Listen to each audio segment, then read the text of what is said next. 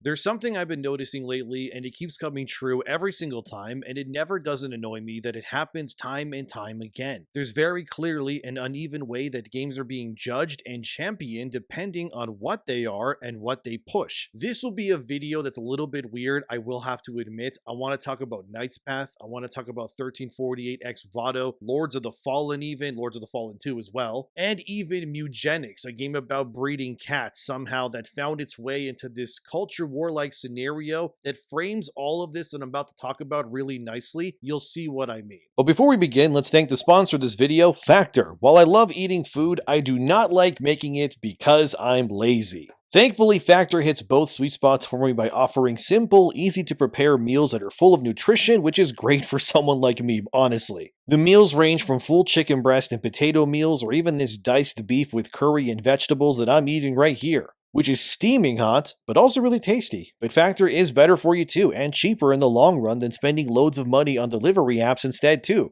Factor delivers fresh, never frozen, chef-crafted, and dietitian-approved meals straight to your doorstep, ready to eat in just 2 minutes. It's designed to support your wellness journey, and this diced beef curry that I'm eating, it's loaded with protein too. Over 30 grams of protein right here alone. Factor also helps eliminate stress around cooking, planning, or cleanup so you can stay focused on your goals instead of worrying about what to eat next. Preparing is so simple, even I can do it. You could either poke holes in the top and put it in your toaster oven, or toss that sucker right into your actual oven too. Just forget about it for a few minutes and voila, your meal is ready. That's honestly all you have to do. It's seriously that easy. And if I can do this without screwing anything up myself, anyone with a brain can do it too. It's an added bonus as well that it's also a perfectly healthy and tasty meal ready to go whenever you need it. You can enjoy 100 plus rotating weekly options from meals and salads to breakfasts, shakes, and more, all crafted for great taste and nutrition in mind. Factor also now features double the seafood and double the protein options compared to last year's offerings. Plus 20 new ready-to-eat salads and grain bowls inspired by Sakura. Also, if you're worried about certain ingredients, you can also relax because Factor meals are designed with ingredient avoidance by default. So if you want no pork, fish, shellfish, mushrooms, or spicy ingredients, you can enjoy flavor-first dishes that fit your preferences based on your needs. Whatever you want, they have it for you.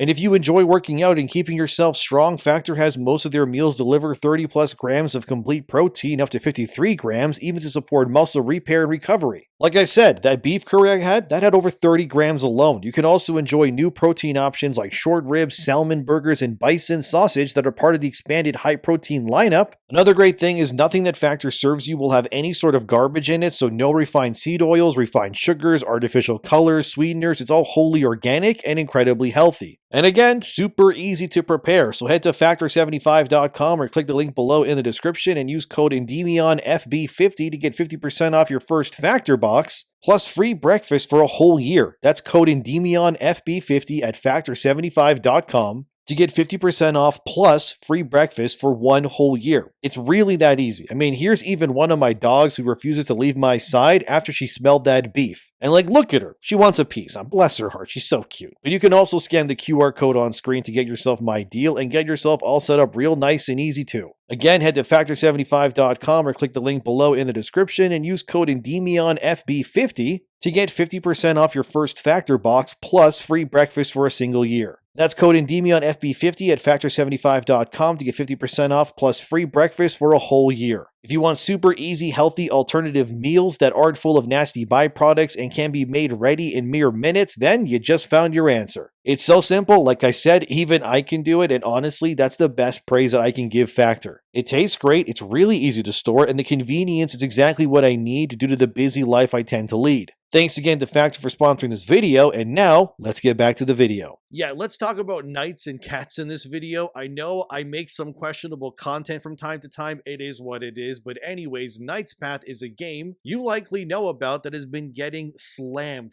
really hard by the usual types because it's a game that famously said it would not include any modern agendas. This was because the developers stood defiant that they were not interested in pushing for LGBT content in their game, and instead wanted to hone in and focus on the game being a very specific game for a very specific kind of audience, that being just fans of medieval games that also enjoy low fantasy. Way too many publications have found a problem with this instead, despite on the other end you have 1348X Vado. That's a game about a lesbian knight knight looking for her lover in medieval Italy that has been getting nothing but praise from the exact same websites that conveniently hate Knight's Path. Like Tech Radar, for example, here, which said that 1348X Vado is a game for them because it's about a female knight looking for her lover. Very obviously, this game is going to be upheld by the games industry because it represents everything that these types want these days. I wouldn't even be surprised if the two main character voice actors get nominated at the Game Awards, even if there are better performances objectively out there later down the line this year. Simply because what these characters embody is something that the industry wants more of, and that's very, very obvious. I should probably say, before anyone tries to misquote me or something else, I don't think that X Vado looks bad at all. Actually, apparently, it's being sold at $30,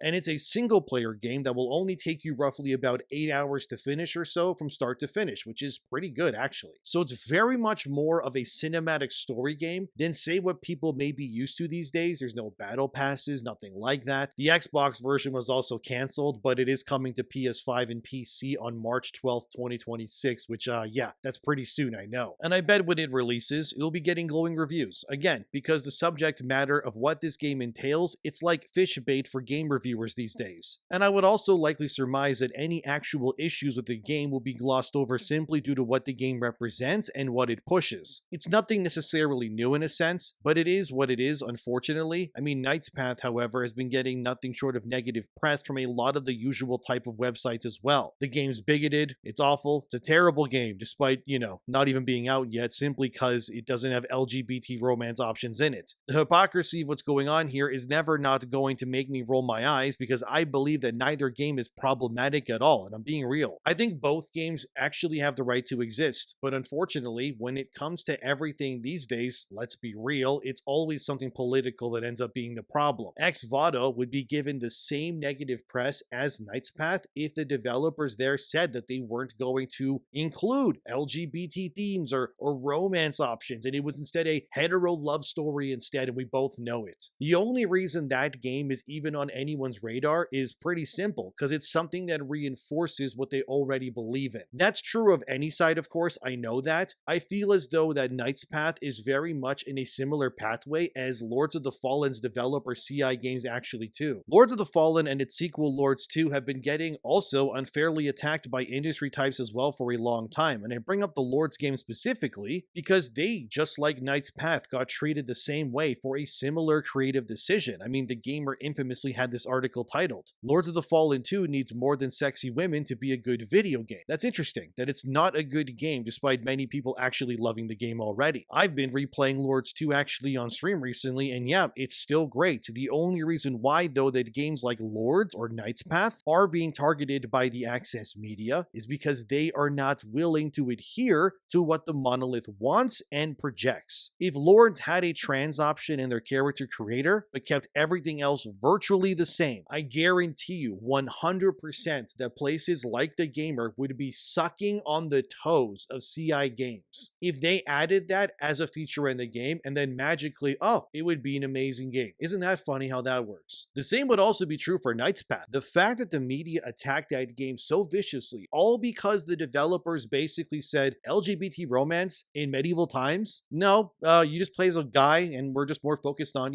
combat and swords and armor sets. Yeah, no, we're good. We're not adding that. And the industry was like, they must die. We have to destroy them. They're alt-right now. They're Yahtzees. Oh my God, it's Gamergate all over again. Except not really any of the above. I mean, they're just a team of two people who probably went, okay, we have a list of things we want to include that we're passionate about, that we want to put in this game. We don't have the resources to make this world as big as like a country or something, obviously, so let's just focus on what we're good at, double down on that, and hopefully that'll be enough. And then these journalists will just come in and say, well, where's the gay romance? Where's my gay romance? Why can't I kiss men in this medieval game that I'm playing? Why isn't there some relationship option that affirms my identity? What do you mean you can only romance women, like in medieval times? Why doesn't this game affirm my identity and political belief systems that only existed 10 years ago in a game clearly set hundreds of years before I or any ideology that I championed even existed in the first place? How dare these game developers make a game authentic to some capacity based on the time period that it is clearly being set in? Like, make it make sense. That's how these people sound. There's nothing wrong with what Knight's Path is doing. The same way that Lords of the Fallen went, yeah, we're just going to change it back to male or female. I mean, body types are the same thing. It is, after all, just a text prompt, so what's the big deal if they change it? Nope, the game sucks now. Everyone has to be nailed to the cross because you're not falling in line the way that we want to. This is why this sort of stuff is really dumb, because largely speaking, not just video games, but really everything, it always comes down to politics. None of these games journalists really give a lick about the gameplay or the systems within them. Most of them don't even beat the games that they review in the first place. They just open the game up and go, okay, are my political,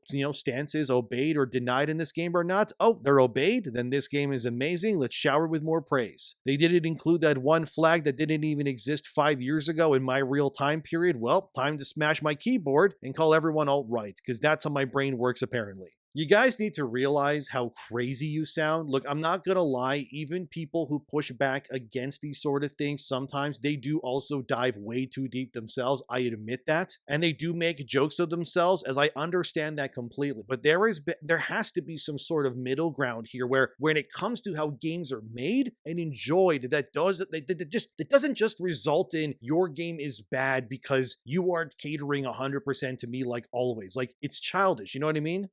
Vado at least will probably get beaten by game reviewers because, it lasts as long as a typical work day, at least to beat it, so maybe they'll beat the game for once. Honestly, even then, I kind of think some game journalists will probably still not beat the game. I mean, who are we kidding? They're game journalists. But the point is, either way, is that vado is almost as if it's like digital catnip that has been designed specifically to cater to the people in this industry and its review systems just to get favorable reviews. Even if the swordplay ends up having problems or some textures that don't look very good or something else, it doesn't matter, because look, it's gay. That's really all it needs to be. And look, being gay doesn't make your game better or worse, but it's very obvious there's a narrative that's still being built here. Now let me pivot for a second and talk about a game all about cats. Don't click off the video. I promise this will make sense. Just trust me. So there's a game called Mewgenics that recently came out on Steam. It's from Edmund McNillen. He made Super Meat Boy, Binding of Isaac, and a bunch of other things you probably recognize as well. Anyways, his game, Mewgenics, has been soaring on the Steam charts. Like, come look at this. As you can see here, over 80,000 people on Steam alone are all breeding different kinds of cats to use in this RPG, I guess. Mewgenics also has mutations, by the way, as like a core mechanic of the game, and cats can also end up with all sorts of different abilities based on their breeding history as well. There's also gay cats and bi cats and a group of cats called Ditto cats. Yeah, like the Pokemon, because Ditto cats can breed with anybody, just like Ditto in Pokemon, hence the name. You can also have cats that have negative effects due to inbreeding. This will also affect all sorts of things like their stats and more. It's sort of like Rogue Legacy, if you ever played that game, with its whole lineage idea, but it's instead throttled to 1,000, but with cats, if that makes sense. Anyways, making cats breed is not the point of why I included it in a video about knights and gay romance, but instead the fact that Edmund, the creator of this game, decided to allow a bunch of different people from all over the political spectrum to voice lines in his like little cat game that he made. Edmund has confirmed that people like Ethan and Gila Klein are in this game making cat noises, even Chris Chan, yes, that Chris Chan, who, yes, did that with his mom that that I will not say on YouTube, but you know why. Yeah, he's in the game too, making meow noises as well. There's also people considered very, very liberal or even conservative that are also included, like just people at random are in this game. Aaron Hansen as an Egoraptor, he's in this game making cat noises. Anissa Joma and iDubbbz are in this game making cat noises alongside, like I said, Ethan and Gila Klein. Cliff Bleszinski, the guy who did God of War, he makes cat noises too. Chills, the guy who, number 5, number 4, the guy that sounds like that, the guy. Anyway, yeah, he's in the game too. Corpse Husband is also in the cameo list. David Harbour, I assume they mean as in the guy from Stranger Things, is also in this game. Emaru is in the game making cat noises. Felicia Day, Jay Bowman from Red Letter Media, Lily Pichu's in it too. Rich Evans, also from Red Letter Media, also Mike, that's from there as well. Rocco Bot from Mega 64, Zach Hadel, that's one of the co-creators of Smiling Friends. The list goes on and on. They're all in the game. The point is that a lot of the people that are cameoing as cats that are meowing in this game, they're all over this game, right? They're all in it. And because of this, there are people who each have the fan bases that vary, let's be honest, very politically, depending on who you ask, that are in this game. And people are not happy about that one bit for all the obvious reasons. Because like I said, with Lords and Knight's Path and vado, it turns out people really don't like supporting or playing something if someone involved in it has different political opinions than they do. Edmund, for example, shared that Emeru was playing Mewgenics live on stream, as you can see here on screen, and then a user says, "We won't be watching her, sorry Edmund," all because the people who liked that post and said that obviously hated Emeru for whatever reason it is. Maybe it's because she won't denounce ICE, it could be any number of things, it really doesn't matter. Here, you can also see a bunch of terminally online people with varying flags in bio and name arguing that Edmund allowing Emeru as a cameo is bad because Emeru is like the worst thing to ever exist apparently. And the same thing has been said about Ethan and Hila Klein being in this game, or iDubbbz. It really doesn't matter who you pick. Someone somewhere has a problem with someone else that's in this game, and that is the point. But as this interview from Rock Paper Shotgun states, Edmund McNillan on assembling eugenics meow cameo list, the inclusion of people with clashing ideologies felt appropriate. As Rock Paper Shotgun details here, people hate that Ethan and Hila are in this because of their views on Israel and Palestine. Matan Evan is in this, which is apparently bad because he was on InfoWars at one point. But the game also has trans YouTubers that people either like or don't like as well for any number of reasons. As Edmund further detailed here, as he says, "I made sure to contact both," as in Ethan, Hila, and iDubbbz and Anissa, he means, to make sure that they were okay with the other's involvement, so that it didn't feel like a weird gotcha on release. They were both very adult about it and said they had no issue with the other being added, and I really respected that since I know they have been publicly feuding for a while now. It's hard to explain without revealing aspects of the game people haven't really experienced yet, but the inclusion of people with clashing ideologies felt appropriate. Edmund then continues, "I understand we live in a time where a meow from someone who has different beliefs as you is scary and frustrating, confusing, and controversial. But it felt interesting, so I decided to explore it. Also, I should probably point out that I don't share the same opinion as, well, probably any of the people we included. If I only included people who shared the same exact opinions as me, I'd be the only one meowing in the game. I included Chris, but also Liquid Chris, those who know. I didn't realize that Matan Evan was even controversial. I mean, a lot of these people are characters just doing bits." So the point is that Edmund just included literally anybody and everybody that he could think of, regardless of their beliefs on pretty much anything. It's a game that probably has someone in it that you don't like for whatever reason, I guess, but Edmund did it anyways because he clearly wanted to prove a point, which is that ultimately none of this matters. It's all kind of silly. This whole "I can't like you because you don't pander to me directly and what I want," and seeing how certain groups reacted to hearing that this game that they apparently loved and playing when it first released were suddenly now asking for refunds because some person they didn't like was in the game doing cat noises. It is what it is. Like, this is what I'm talking about. This stuff is ridiculous. It's that all of this is just pretty much nonsense. It's why what happened with Mewgenics is exactly what you need to see since its recent and very viral,